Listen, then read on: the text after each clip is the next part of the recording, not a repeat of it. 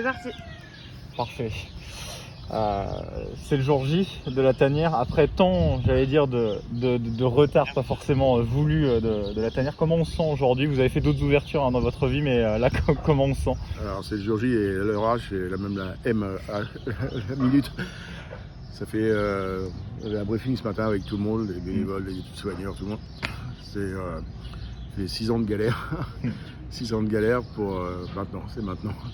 La tanière née va inspirer aujourd'hui.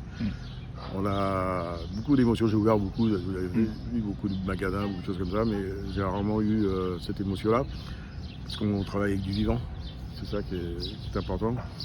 Et puis voilà, il y a une ambiance extraordinaire qu'il y avait déjà avant dans tous mes précédents métiers, mais il y a vraiment un truc qui se passe ici, quoi. Ouais. Il y a vraiment un truc qui se passe. Qu'est-ce que vous avez envie de dire aux premiers visiteurs de la tanière? Comment vous allez les accueillir? Leur dire merci, je vais être à l'accueil, leur dire merci, bienvenue. La tanière elle a pu tenir le coup aussi grâce au grand public, la générosité du public, les aides qu'on a eues, l'État et la région qui se sont bougés. Notre député ici, Guillaume Casbarian, qui a vraiment mouillé la chemise. Et le grand public, la générosité du public qui est derrière nous sans faille, sans faille. Nos vidéos font des dizaines de milliers, centaines de milliers, voire des millions de vues. Et les gens attendent vraiment ça. Donc leur dire merci, leur dire bienvenue chez vous, bienvenue dans votre tanière. Dans un quart d'heure, c'est ouvert. Est-ce qu'on est prêt?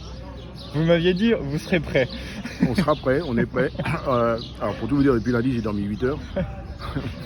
On a arrêté cette nuit, il était 2h du matin, 3h. Je suis revenu moi à 4h30. Ça sera prêt, ouais. C'est une fourmilière alors qu'il est sur le parc, on vient de leur donner le moins 27 là, d'ailleurs. Moins 27 minutes, on va leur donner le moins 10, moins 5, et on sera prêt. On va ouvrir la tanière. Voilà. Quelles seront les conditions d'accueil? Peut-être encore un peu particulières, même si... Encore un peu particulière, mais on est dehors déjà. Donc la seule contrainte, ça va être vraiment le port du masque.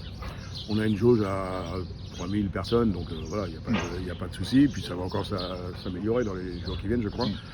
Donc la seule contrainte pour les gens, c'est le port du masque et pas faire de groupe de plus que 10 personnes, je crois. Voilà.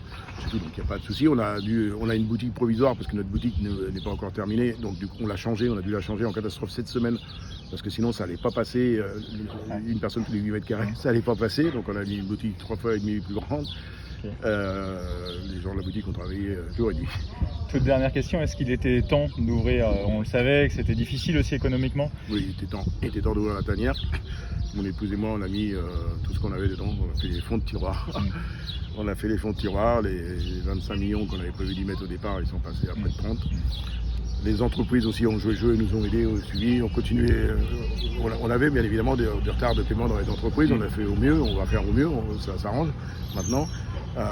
Les entreprises ont joué le jeu, ont continué, enfin à 90% d'entre elles ont joué le jeu, ont continué à bosser, notamment l'entreprise de VRD, l'entreprise TTC qui est vraiment une troupe extraordinaire, ils sont là tout le temps.